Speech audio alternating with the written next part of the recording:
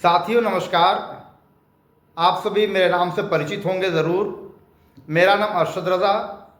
मैं बिहार राइटर के माध्यम से आप लोगों के बीच में देश दुनिया में क्या घटना घट रही है उस पर चर्चा करते रहते हैं। न्यूज़ के माध्यम से आप लोग के बीच में उपस्थित होते रहते हैं और ख़ास करके बिहार में जो घटना घट रही है, चुनावी रणभेरी बच चुकी है। चुनाव को लेकर के पूरे बिहार में घमासान मचा हुआ है। प्रत्याशी अपने अपने जिला से अपने अपने विधानसभा क्षेत्र से लेकर के राजधानी पटना के विभिन्न राजनीतिक द्वार पर जो है डेरा जमाए हुए हैं। कोई धरना प्रदर्शन पर बैठा हुआ है। किसी पार्टी के किसी भी नेताओं को समझ में नहीं आ रहा कि आज की स्थिति में हम क्या करें। वही हाल मतदाताओं की भी है। सारे मतदाता पशुपेश में है, समर्थक पशुपेश में है, दुविधा में है, असमंजस की स्थिति में है, क्या हो रहा क्या नहीं हो रहा। यही नहीं, प्रत्याशियों से लेकर मतदाताओं के साथ साथ पार्टी जो लीडर हैं, उनके जो सरबराह हैं, उनकी भी यही हाल है। खास करके बिहार के जो हम बात कर रहे हैं उसमें एनडीए और इंडिया गठबंधन के साथ साथ नई पार्टी जो अपने को ताकतवर पार्टी के रूप में कह रही है, जिन्हें हम जनसुराज के नाम से जानते हैं। जनसुराज ने भी अभी तक जो है 2 बार की सूची जो है प्रत्याशियों की जो घोषणा कर दी है। इसके साथ साथ एक तीसरी शक्ति भी बिहार में मौजूद है जिसे हम ओवैसी के नाम से जानते हैं। ये सब पार्टियों को परिदृश्य को लेकर के हम हाजिर हैं और चर्चा करने के लिए मौजूद हमारे स्टूडियो में ओम प्रकाश और मुन्ना पांडे जी हैं। चूंकि बिहार की राजनीति में क्या चल रहा है, खास करके बहुजन समाज पार्टी जो उत्तर प्रदेश के सीमा से लगते हुए कैमूर जिला है, जो हमेशा अपने प्रभाव से एक ना किसी को विधायक चुन करके जो विधानसभा भेजती चली आ रही है, इस बार बहुजन समाज पार्टी विधानसभा चुनाव में कितना असर होती है, कितना लोगों को अपने ऊपर प्रभावित कर पाएगी, क्या इनके अंदर खाने में क्या चल रहा है। चूँकि प्रत्याशियों की घोषणा के बाद सिंबल का वितरण हो चुका है, इनके प्रत्याशी अब नामांकन भरने की जो है अपने तैयारी में लगे हुए हैं। इन्हीं से चर्चा के लिए हम मौजूद हैं और आइए चर्चा करते हैं। सुनते हैं मुन्ना पांडे जी की राय, जो बिहार के प्रदेश में कैमूर के प्रदेश में क्या है। मुन्ना पांडे जी, आपका बिहार राइटर में बहुत बहुत स्वागत है। नमस्कार, मैं अरशद रज़ा। दर्शकों, आप देख रहे हैं बिहार राइटर। अभी हम मौजूद हूँ, पूरा नाम ओम प्रकाश पांडे मुन्ना पांडे, जो नाम के मोहताज नहीं, और ख़ास करके इन दिनों कैमूर में चर्चा का विषय बने हुए हैं क्योंकि इनका संबंध बहुजन समाज पार्टी से है और बहुजन समाज पार्टी में एक कद्दावर लीडर के तौर पर जाने जाते हैं, जो प्रदेश में महासचिव के पद पर भी हैं। और अभी ये चैनपुर विधानसभा से बहुजन समाज प्रत्याशी के दावेदार प्रत्याशी में भी शामिल थे। लेकिन अभी जिस तरह से कैमूर में और बिहार में जो हालात बदल रहे हैं, पल पल जो राजनीतिक जो है घटना बदल रही है, इस पर हम चर्चा करने के लिए बैठे हुए हैं। और मुन्ना जी, आपका बहुत बहुत बिहार राइटर में स्वागत है। आपके सभी दर्शकों और खासकर आपके न्यूज़ चैनल का भी मेरे ओर से स्वागत है और आपके सभी सम्मानित दर्शकों को मेरी ओर से बहुजन समाज पार्टी की ओर से जय हिंद। बिहार में जो अभी राजनीतिक घटना पल पल बदल रही है, उस पर क्या कहेंगे आप? देखिए, अब महागठबंधन और यूपीए, खासकर बिहार के 2 प्रमुख सत्तारूढ़ दल और विपक्षी दल, बहुजन समाज पार्टी भी पिछले चुनाव में अपना खाता खोल पाई थी चैनपुर से और लगातार प्रयास किया और इस बार बेहतर करेगी बहुजन समाज पार्टी बिहार। लेकिन जो महागठबंधन और आपको एनडीए में टिकट बंटवारे के लेकर सिरपटौल जो है उन लोगों को, उसका वर्णन नहीं पूछिए तो बेहतर हो, क्योंकि वो लोग अब दुकान खोल चुके हैं। पार्टी का सेवा भाव जो खत्म हो चुका है, किसको दें, किस जाति को दें, किस बिरादरी को दें, अब नेता नहीं, अब जात का व्यक्ति खोजा जा रहा है। हमारा जो अपना माया गांठ का व्यक्ति है, वही चुनाव लड़ेगा महागठबंधन और उससे। आपका तो संबंध चैनपुर विधानसभा क्षेत्र से आता है। आप बहुजन समाज पार्टी में दावेदारों में शामिल थे, लेकिन टिकट जो है किसी और को मिल गया।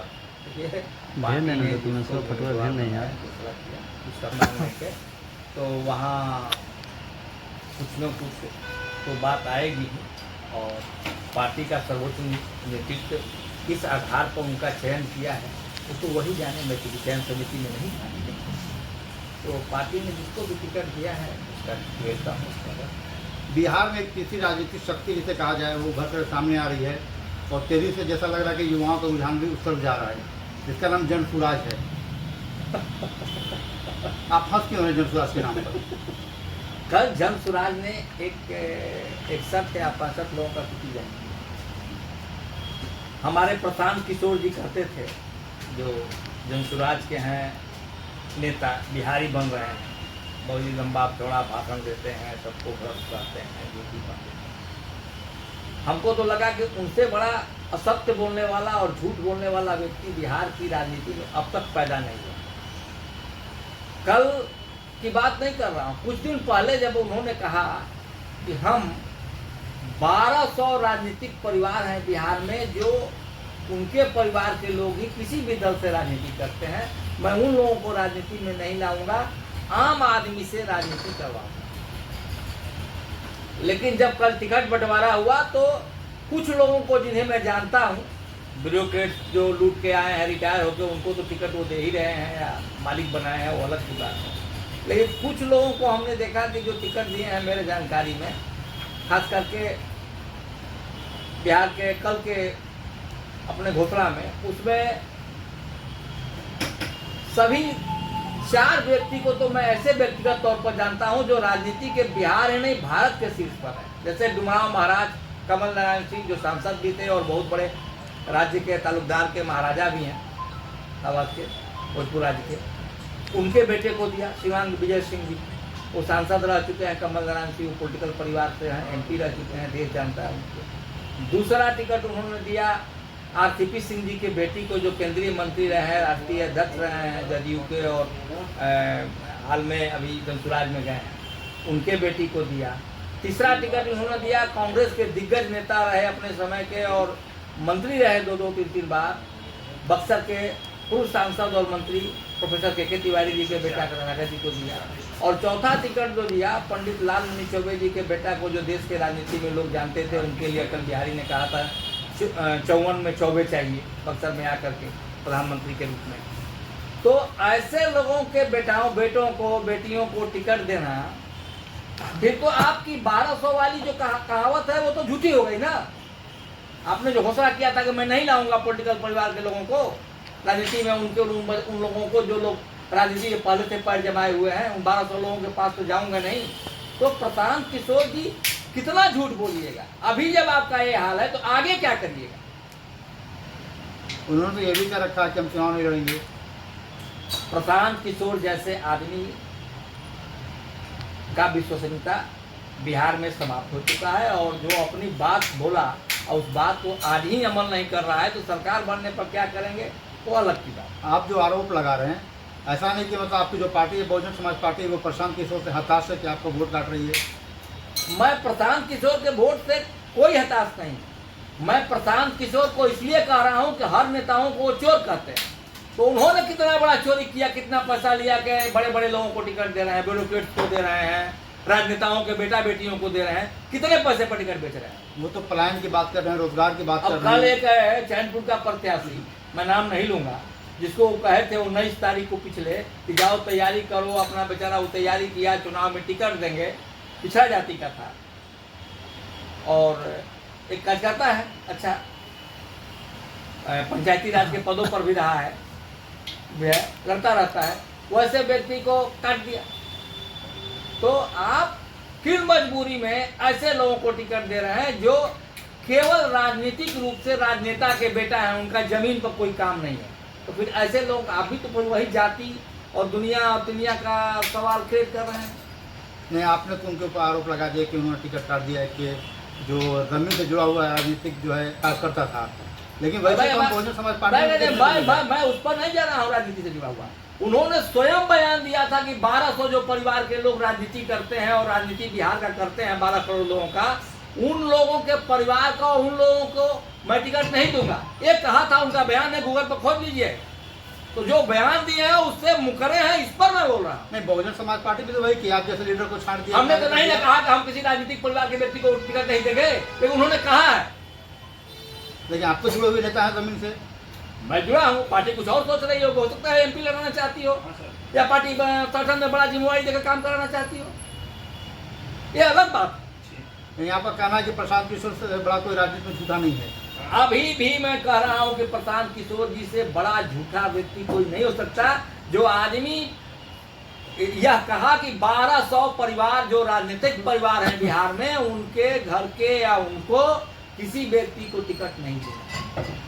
इसके बावजूद भी उन्होंने जो कल घोषणा किया है कि 4 प्रमुख राजनेताओं के परिवार के लोगों को टिकट दिया है, इस पर वो क्या बोलना चाहते हैं? उन्होंने तो ये भी कहा था कि मतलब जो 243 विधानसभा सीट है उसमें से 40 हम अल्पसंख्यक समुदाय को देंगे। अल्पसंख्यक समुदाय के व्यक्ति को दे रहे हैं, अच्छी बात है। समाज में सबकी भागीदारी है, सामाजिक तौर पर सबको मिलना चाहिए। मैं इस पर कोई कमेंट हमारा नहीं है। आप किसको टिकट दे रहे हैं? आप ब्यूरोक्रेट्स जिन्होंने जीवन भर नौकरी किया, कमीशन लिया, कमाया और आपके पार्टी में आ जाके वो गंगा की तरह धुल गए नेता हो गए। ब्यूरोक्रेट और उन राजनेताओं को जिन राजनेताओं ने के परिवार को आपने नकारा कि नहीं, हम नहीं किसी पॉलिटिकल परिवार के व्यक्ति को नहीं देंगे, MP MLA के बेटा बेटी को, फिर उनको टिकट आप देके क्या साबित करना चाहते हैं? अपनी बात तो पढ़ते हैं। मैं तो ये नहीं कह रहा हूँ कि नहीं ऐसा है। कि आपको लग रहा है कि मतलब वो प्रभावित कर पाएंगे विधानसभा चुनाव में?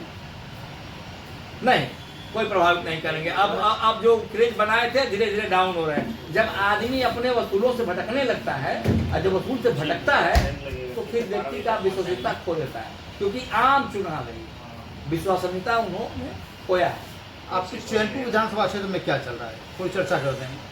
देखिए, चैनपुर विधानसभा में अभी तो NDA और UPA के कैंडिडेट घोषणा नहीं हुई है।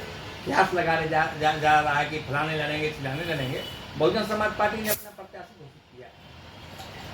तो अब जब दोनों आ जाए, उस दोनों से कौन प्रत्याशी आ रहा है तो फिर बात होगी। आपके उसमें राय में क्या लगता है, चूँकि अब 2 से 3 दिन मार्च शेष बचे हुए हैं, नामांकन का आखिरी दिन होने वाला है, अभी तक दोनों में जो हुमाहुम से चल रही है कि पहले वो घोषणा करें, पहले वो घोषणा करें, कई नाम किन्हीं का, कभी किन्हीं का नाम चर्चा में आ रहा है, ऐसा क्यों लग रहा है आपको? ये लोग अब बिहार के जनता के प्रति विश्वास खो चुके हैं और दुकान खोले हुए हैं।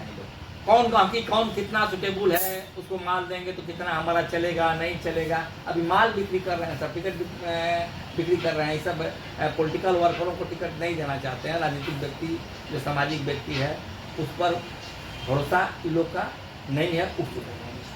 कभी बहुजन समाज पार्टी का पताका लहराने वाले, फिर उसके बाद कमल का फूल खिलाने वाले आजकल लालटेन जला रहे हैं। देखिए, वैसे लोगों को तो राजनीति में वार्ड का टिकट नहीं मिलना चाहिए। अब पार्टियां क्या सोच कर उन लोगों को विधानसभा का टिकट दे रही है, ये मेरे सोच से बाहर का। कुछ टिप्पणी नहीं करना चाह रहे हैं आप? टिप्पणी नहीं करा तो कह चुका हूँ ना। क्या अंतर है? जब ब्रिजकिशोर बिंद जी और मोहम्मद जमा खान जी एक ही पार्टी में 4.5 साल रहे, एक दूसरे के खिलाफ लड़े और फिर मोहम्मद जमा खान जी उसी पार्टी में आ गए, NDA में आ गए। और भी NDA के व्यक्ति आ रहे थे, दोनों एक साथ मिल के विकास करना चाहिए। तो दोनों ने क्या क्या किया है हमसे ज़्यादा बेहतर आप जानते हैं। अपना घर भरा, अपना जेब भरा, अपने लोगों को अमीर बनाया, अपने बना, अपने भाई को भी नहीं बनाया, अपने लुटता रहा। आज फिर एक दूसरे के खिलाफ लड़ेंगे तो फिर एक साथ हो जाएंगे, वो जो जीतेंगे। एक लास्ट सवाल आपसे, कैमूर के 4 विधानसभा में आपके प्रत्याशी घोषित हो चुके हैं, सिंबल रामगढ़ के प्रत्याशी को भी मिल चुका है, और कितना लग रहा है कि आप कितने दावे के साथ कहें कि 4 सीट आपकी जीत सकती है? देखिए, अन्य पार्टियों से मेरा कोई लेना देना नहीं है। हमारा मानना है कि जो भी व्यक्ति चुनाव लड़ेगा, महागठबंधन हो या NDA हो, वो बहुजन समाज पार्टी से लड़ेगी और मुस्तैदी से हम चुनाव लड़ेंगे। और मेरा प्रयास है कि हम 4 सीटें जीत कर।